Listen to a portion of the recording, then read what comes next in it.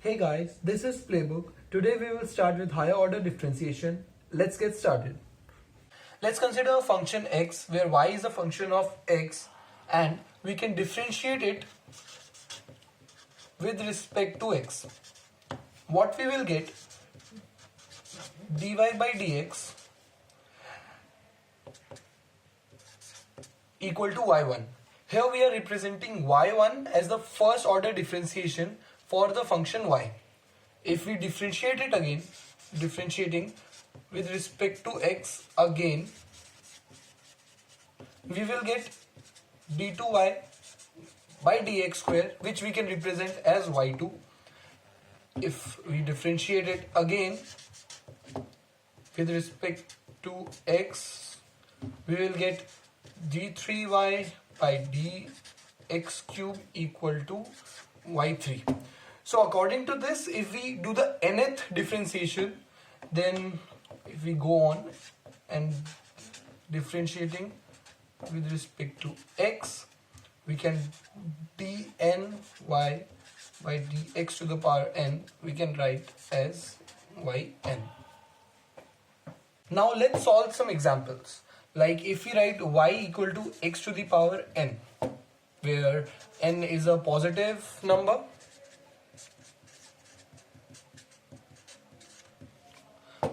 differentiating it with respect to x, we will get dy by dx, that we can write as y1, equal to differentiating x to the power n, we will get n outside x to the power n minus 1. Differentiating again with respect to x, we will get y2, which is d2y by dx square, which we can write as here n minus 1 will come down, n minus 1, x to the power n minus 1, so it will become n minus 2. Differentiating again, we will get y3 equal to n into n minus 1 into n minus 2 into x to the power n minus 3. If we go on differentiating like this and we reach the nth differentiation, then we can write yn equal to n into n minus 1 into n minus 2 and going on till 3 into 2 into 1. It looks like factorial. So as it looks like factorial, so we can write yn means nth differentiation of x to the power n is n factorial. Now we will look at another example, or we can say it like another equation, second one, where we are choosing y as ax plus b to the power m, where m is a positive number, b and a are constants and obviously a positive number. M can be positive or a negative number. So we are differentiating with respect to x, we will get y1 equals to m will come down, m into ax plus b to the power m minus 1, and differentiation of ax, we will get a. So we can write it as ax plus b to the power m minus 1. Similarly, we can do for second order differentiation for y and third order differentiation of y. And if we go in this way only, we will reach yn equals to, as you have noticed that when we are doing the second time derivation of y, the power of a is the same of the order of differentiation. So here it will be a to the power n into m minus 1 into m minus 2, and going on we can write m minus n plus 1. You can put different numbers of n, then you can find the equation, and at the end it will be ax plus b to the power m minus n.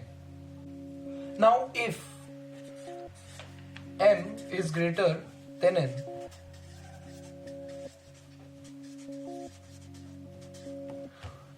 we got this equation, we will write it exactly the same, m minus 1, m minus 2, m minus n plus 1. what we will do is we will multiply and divide something like m minus 1, m minus 2, going on like this, m minus n plus 1. We will multiply m minus n, that is the next term. If just think about the factorial and we are going in that direction only, m minus n plus 1, then the next term will be 1 less than that, so m minus n, then next will be m minus n minus 1, and like that.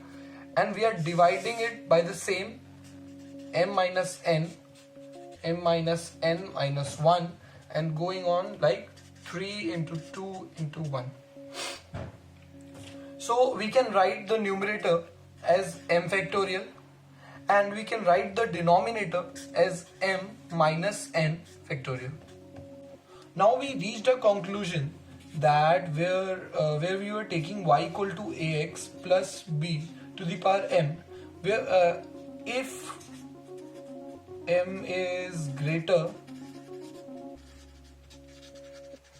than n, we can write yn equal to a to the power n, as discussed, as we found earlier, into ax plus b to the power m minus 1, and we can replace this